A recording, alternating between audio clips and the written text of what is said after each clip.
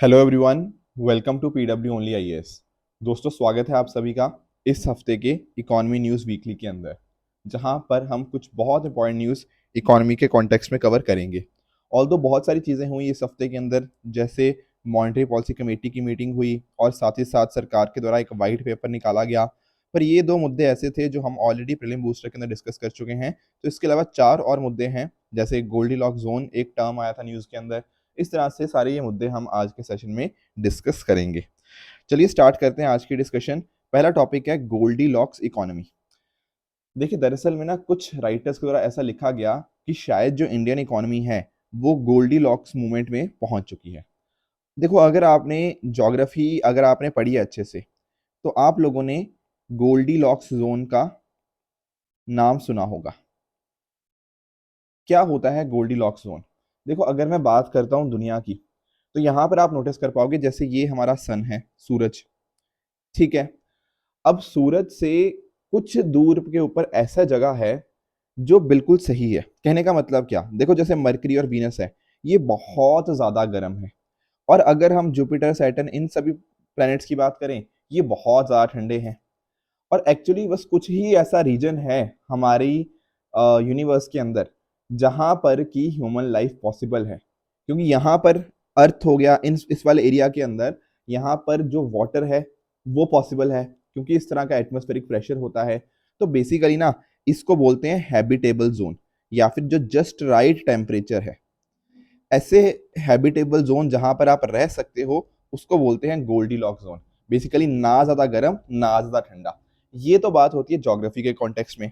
अगर मैं बात करूं इकोनॉमी के कॉन्टेक्स्ट में, तो इकोनॉमी में ना गोल्डी लॉक्स मूवमेंट एक ऐसा मूवमेंट है जब ना ही बहुत ज्यादा ग्रोथ है और ना ही बहुत रिसेशन है। कहने का मतलब क्या? देखो, जब आपकी ग्रोथ बहुत ज्यादा होती है तब क्या होता है? तब कहीं ना आपके यहाँ पे बहुत ज्यादा इन्फ्लेशन कई बार हो जाती है। ऑन द अदर हैंड, जब यहाँ पे रिसेशन होता है, तब वहां पर क्या होता है? तब वहां पर आपके यहाँ पे अनएम्प्लॉयमेंट बढ़ने लग जाती है। तो बेसिकली ना, आज के समय के ऊपर हमारा जो गोल्डी लॉक्स इकोनॉमी है, इसका मतलब क्या है कि बिल्कुल ही आइडियल स्टेट है, जहां पर इकोनॉमी बहुत ज्यादा ना एक्सपैंड हो रही है, ना बहुत ज्यादा कॉन्ट्रैक्ट हो रही है। एक स्टेडी इकोनॉमिक ग्रोथ है। जैसा हमने देखा था ना कि अर्थ के अंदर क्या है, ना बहुत ज्यादा गर्म ना बहुत ज्यादा ठंडा, तो बीच में कहीं ना कहीं आ जाते हैं। तो हम भी वहीं पर हैं। इससे हमारी इकोनॉमी प्रोटेक्टेड है, एक स्टेडी इकोनॉमिक ग्रोथ दिखा रही है। इससे हमारे यहाँ रिसेशन नहीं आएगा और ना ही बहुत ज्यादा महंगाई आएगी, क्योंकि जब भी इकोनॉमी बहुत तेजी से ऊपर जाती है ना, जब ग्रोथ बहुत ज्यादा होती है, तो उस टाइम के ऊपर जनरली हमें क्या देखने को मिलता है कि महंगाई भी बढ़ जाती है। तो अभी के टाइम के ऊपर ऐसा कुछ राइटर्स का मानना था कि शायद महंगाई भी कंट्रोल में है, ग्रोथ भी हमारी ठीक ठाक हो रही है।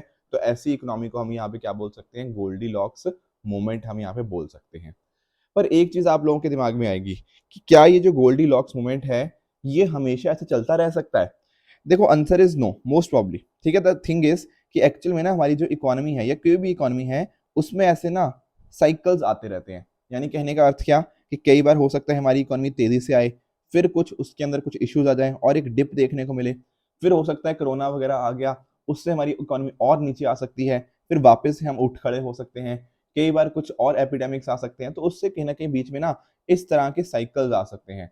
तो गोल्डी लॉक्स इकोनॉमीज जो होती हैं जनरली टेम्परेरी होती हैं, कभी बूम आता है कभी बस्ट आता है, तो ये चीजें चलती रहती हैं। बट आई होप आपको गोल्डी लॉक्स इकोनॉमी का अर्थ क्या है ये चीजें आप समझ गए होंगे। डायरेक्टली भी ऐसा पूछा जा सकता है। गोल्डी लॉक्स जोन ज्योग्राफी में अलग है, गोल्डी लॉक्स इकोनॉमी इकोनॉमी के पर्सपेक्टिव से कुछ अलग मीन करता है, हालांकि फंडामेंटल कॉन्सेप्ट उसके पीछे का वही है। आगे बढ़ने से पहले एक छोटी सी इन्फॉर्मेशन आप सभी के लिए। दोस्तों, हमारा जो फाउंडेशन कोर्स है उसके अंदर एडमिशन्स ओपन है। यहाँ पर हमारे जो चारों सेंटर्स हैं, मुखर्जी नगर, करोल बाग, लखनऊ और पटना, सब जगह आपके लिए एडमिशन्स ओपन है। हमारे यहाँ ये जो कोर्सेज करवाए जाते हैं उसके अंदर ध्यान रखा जाता है CTR मॉडल का, यानी कि क्लास, टेस्ट और रिवीजन। इन तीनों की मदद के साथ इंश्योर किया जाता है कि कंटेंट आपको प्रॉपर्ली प्रोवाइड करें।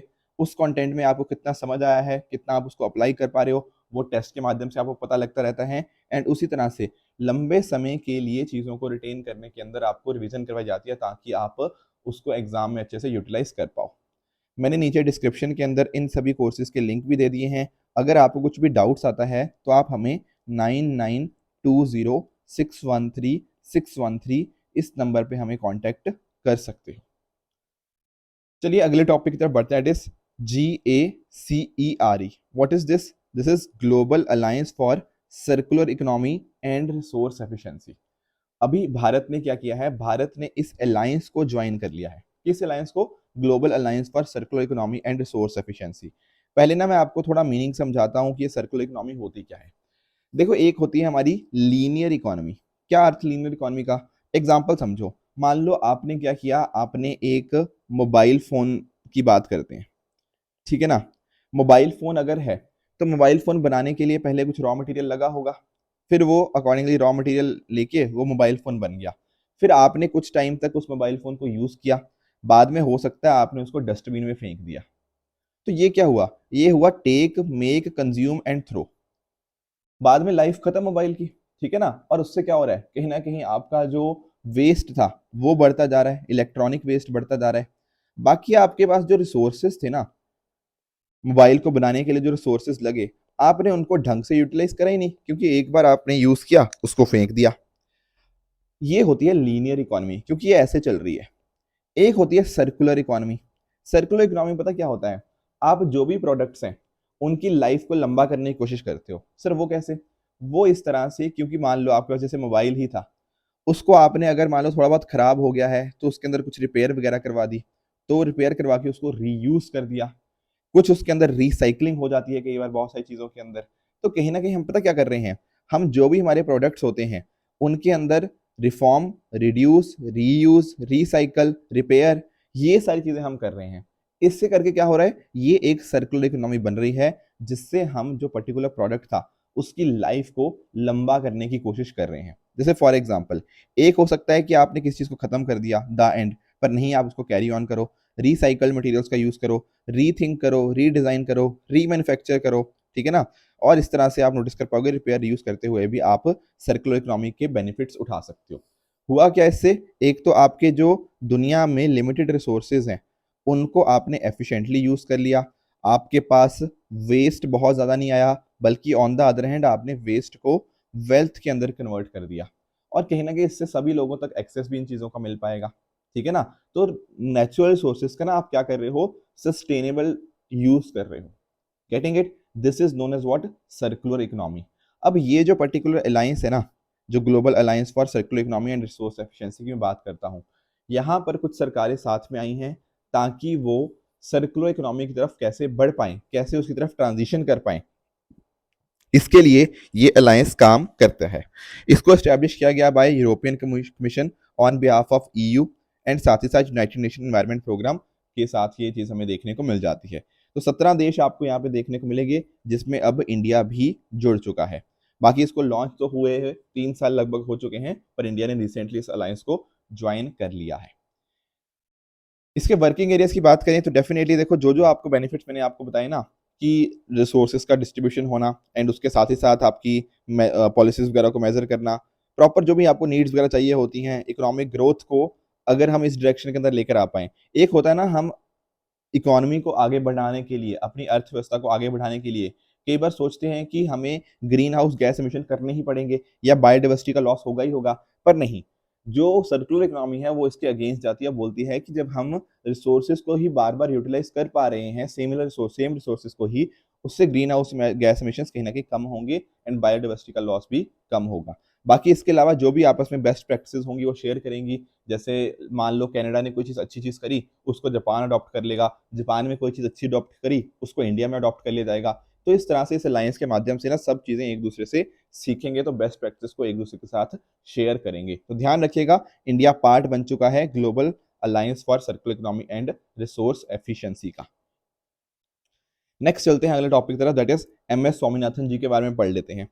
दोस्तों, पिछले दिनों के अंदर ना हमारी सरकार के द्वारा भारत रत्न दिए गए, और ये भारत रत्न आप जानते हो जैसे श्री LK अडवाणी जी को मिला, ठीक है। उसके अलावा आपके जो कर्पूरी ठाकुर जी हैं, इसके साथ ही साथ अगर आप नोटिस करो, एक उनमें से MS स्वामीनाथन जी थे, इसके अलावा PV नरसिम्हा राव जी, एंड साथ ही साथ चौधरी चरण सिंह जी, इन पांचों लोगों को यहाँ पे मिला। अब देखो, सबका अपना अपना इंपॉर्टेंस है। जैसे फॉर एग्जाम्पल अगर मैं बात करता हूँ PV नरसिम्हा राव जी की, इनका जो एलपीजी रिफॉर्म्स थे, लिबरलाइजेशन, प्राइवेटाइजेशन, ग्लोबलाइजेशन, जो हमारी इकोनॉमी यानी कि अर्थव्यवस्था को ओपन अप करने का काम था, वो पीवी नरसिम्हा राव जी के साथ साथ आपके जो फाइनेंस मिनिस्टर थे उस टाइम, डॉक्टर मनमोहन सिंह जी, इन दोनों ने मिलकर काफ़ी अच्छा एक काम किया। तो इनको यहाँ पे पीवी नरसिम्हा राव जी को दिया गया भारत रत्न। उसके अलावा बात करते हैं एम एस स्वामीनाथन जी की। देखो, क्योंकि हमारे एग्जाम पर्सपेक्टिव से ना डेफिनेटली बहुत ज़्यादा इंपॉर्टेंट बन जाते हैं। एम एस स्वामीनाथन को इंडिया की ग्रीन रेवोल्यूशन का फादर माना जाता है। दोस्तों, अगर मैं बात करता हूँ ना, जैसे अगर हम चले 1960s के आसपास, तो आप जानते होंगे कि उस टाइम ना देश में अनाज की काफ़ी ज़्यादा कमी थी। इनफैक्ट हमें दूसरे देशों के ऊपर निर्भर होना पड़ रहा था जब भी हमें कुछ ऐसी चीज़ चाहिए होती थी। स्पेशली ना अगर हम बात करें, देखो 1962 के अंदर जब वॉर हुई चाइना के साथ, उसमें हम ज़्यादा अच्छा नहीं कर पाए। इसके साथ ही साथ उसके बाद 2 साल यहाँ पे इंडिया में सूखा पड़ गया, ठीक है ना। और फिर 1965 में फिर से वॉर आ गई। हालांकि 1965 वॉर में हम आसानी से जीत गए पाकिस्तान से, पर कहीं ना कहीं आप नोटिस करते हो, जब आप ऐसे बार बार आपको लड़ाई करनी पड़ रही हो ना, तो बहुत सारा आपका जो टाइम है वो इधर वेस्ट हो जाता है, मतलब इधर लग जाता है, और एग्रीकल्चर की तरफ आप डिवोट नहीं कर पाते। ऊपर से जब आपके घर में सूखा पड़ चुका है, तब आपके यहाँ पे और इश्यूज आ जाते हैं। तो ऐसे समय के ऊपर ना हमें यूएसए के ऊपर डिपेंडेंट होना पड़ रहा था। यूएसए से सामान आता था पीएल 480 प्रोग्राम के अंतर्गत, जैसे वीट वगैरह आती थी, और वो अच्छी क्वालिटी की वीट भी नहीं होती थी, फिर हमारे लोगों को यहाँ पे खाना मिल पाता था। तो ऐसे समय के आप समझ पा रहे हो कि कितनी निर्भरता थी हमारी दूसरे देशों के ऊपर। ऐसे समय के ऊपर ना एम एस स्वामीनाथन जी ने काम किया देश को फूड ग्रेन्स के अंदर आत्मनिर्भर बनाने के अंदर। जैसे फॉर एग्जाम्पल, पैडी की जो high yielding variety HYV seeds को यहाँ पे इन्होंने डेवलप किया, जिसके माध्यम से बहुत अच्छी खासी यील्ड उन्होंने इंक्रीज करी, एंड अकॉर्डिंगली इंडिया धीरे धीरे करके आत्मनिर्भर बनता गया। इन्होंने बहुत सारे डिपार्टमेंट्स में काम किया, जैसे आप देख पाओगे इंडियन एग्रीकल्चर रिसर्च इंस्टीट्यूट के वो डायरेक्टर रहे हैं। इसके साथ ही साथ international research, rice research institute के अंदर, एंड इसके अलावा बहुत सारी मिनिस्ट्री, जैसे मिनिस्ट्री ऑफ एग्रीकल्चर के अंदर प्रिंसिपल सेक्रेटरी, ऐसे बहुत सारे पदों के ऊपर उन्होंने काम किया है। फिर एक ना कमीशन बना था 2004 के अंदर, नेशनल कमीशन ऑन फार्मर्स। दरअसल में ना जैसे किसानों की क्या क्या समस्याएं हैं, उन समस्याओं को कैसे सॉल्व करना है, इसलिए सरकार ने एक कमीशन बनाया था, नेशनल कमीशन ऑन फार्मर्स, जिसने बहुत सारे अलग अलग सुझाव दिए। जैसे आजकल आप डिफरेंट डिफरेंट स्कीम्स पढ़ते हो सरकार की, उनमें से बहुत सारी स्कीम्स का जो सुझाव था ना, वो डॉक्टर एम एस स्वामीनाथन जी ने ही दिया था। आजकल आप देखते हो जो मिनिमम सपोर्ट प्राइस आपको जिस दाम के ऊपर देखने को मिलता है, एम एस स्वामीनाथन जी ने इसके रिगार्डिंग भी रिकमेंडेशन दिए थे कि जितनी भी कॉस्ट ऑफ प्रोडक्शन होती है, average cost of production, MSP कम से कम उसका 50% ज्यादा होना चाहिए। जैसे आप देखते हो ना 1.5 times the cost of production, ये इन्होंने बात करी थी एम एस स्वामीनाथन जी के द्वारा। साथ ही साथ अगर मैं बात करूं, फर्स्ट वर्ल्ड फूड प्राइज जो मिला था, वो यहाँ पे स्वामीनाथन जी को ही दिया गया था इन 1987। क्लियर। एंड साथ ही साथ अगर आप नोटिस करोगे, इनके इसके बाद इन्होंने M S Swaminathan research foundation establish किया तारामणि, चेन्नई के अंदर। इसके साथ ही साथ भारत रत्न तो इनको मिला ही मिला, उसके अलावा पद्मश्री, पद्म भूषण और पद्म विभूषण जैसे अवार्ड्स भी इनको यहाँ पे मिल चुके हैं। इसके अलावा Lal Bahadur Shastri national award, Indira Gandhi prize, इस तरह रमन मगसेसे अवार्ड, ये बहुत बड़े बड़े प्राइजेस इनको यहाँ पे ऑलरेडी मिले हुए हैं। नेक्स्ट चलते हैं, एक बिल्कुल छोटी सी स्कीम है, प्रधानमंत्री मत्स्य किसान समृद्धि सह योजना। इसको समझते हैं कि आखिर इसका पर्पस क्या है। देखो, आप लोगों ने ना प्रधानमंत्री मत्स्य संपदा योजना के बारे में शायद सुना होगा। जब ये योजना की बात आती है, आप मत्स्य वर्ड से ही समझ जाते होंगे कि सर ये कहीं ना कहीं फिशरीज के साथ शायद ये लिंक्ड है। बिल्कुल ठीक बात है। अब उसी पर्टिकुलर स्कीम, ये जो फिशरी सेक्टर वाली स्कीम है, उसको और बेहतर करने के लिए एंड थोड़ा उसको फॉर्मलाइज करने के लिए हमने एक सब स्कीम लॉन्च करी है, प्रधानमंत्री मत्स्य किसान समृद्धि सह योजना। दरअसल में इसका पॉइंट पता क्या है? आप जैसे देखो यार, फिशरीज वाले सेक्टर की, तो फिशरीज सेक्टर को कौन रन करता है? आप बोलोगे फिशरमैन रन करते हैं, पर वो अपने आप में ना काफी अनऑर्गेनाइज सेक्टर है। समझे इस बात को? वहां पर जो छोटे छोटे हैं किसान, जो छोटे छोटे फिशरमैन हैं, उनका जो वर्किंग स्टाइल है अभी भी थोड़ा पुराना ही है। उसके अंदर हम कैसे एफिशिएंसी लेकर आ पाए, उनको कैसे हम थोड़ा और फॉर्मुलाइज कर पाए, तो इस तरह की चीजें यहाँ पे हम करने की कोशिश कर रहे हैं। तो ये क्या है? ये एक सेंटर सेक्टर सब स्कीम है। सेंटर सेक्टर का अर्थ मैंने आपको कई बार बताया हुआ है, ऐसी स्कीम जहां पे पूरा का पूरा पैसा हमारी सेंट्रल गवर्नमेंट की तरफ आता है। तो एक सेंटर सेक्टर सब स्कीम रहेगी 2023 से लेके 23-24 से लेके 26-27 तक, सभी स्टेट्स एंड यूनियन टेरिटरीज के अंदर इसको रन किया जाएगा। इसके साथ में अगर आप नोटिस करो, तो यहाँ पर आपके जो एक्वाकल्चर फार्मर्स हैं, फिश वर्कर्स हैं, फिश फार्मर प्रोड्यूसर ऑर्गेनाइजेशन है, उनको बहुत ज़्यादा बेनिफिट देखने को मिलेगा। अब क्योंकि इनको फॉर्मलाइज किया जाएगा तो कहीं ना कहीं इनको जहाँ यहाँ पर अगर कुछ पैसा वगैरह चाहिए होता है अपने बिजनेस को एक्सपैंड करने के लिए तो वो कर पाएंगे। एक्वाकल्चर इंश्योरेंस यहाँ पे इनको के लिए इनको वन टाइम इंसेंटिव दिया जाएगा। परफॉर्मेंस ग्रांट्स के थ्रू इनको इंसेंटिव दिया जाएगा कि अगर आप बेहतर करेंगे तो आपको कुछ और हम बेनिफिट्स यहाँ पे इस तरह से देंगे। तो अकॉर्डिंगली ना जो एक्वाकल्चर फार्मर्स हो गए, हमारे फिश वर्कर्स हो गए, वो भी कहीं ना कहीं कोशिश करेंगे अपने आप को थोड़ा और बेहतर करने की। तो इस तरह से अगर आप नोटिस कर पाओगे डिफरेंट डिफरेंट यहाँ पे सब स्कीम के कंपोनेंट्स भी हैं। जैसे इनको वर्किंग कैपिटल फाइनेंस इनको मिल जाएगा, इनको ये लिए एक पोर्टल बनाया गया है जहां पर ये जाके अपने आप को रजिस्टर कर सकते हैं, जो भी इंसेंटिव वगैरह होंगे इनको यहाँ पे प्रोवाइड करे जाएंगे।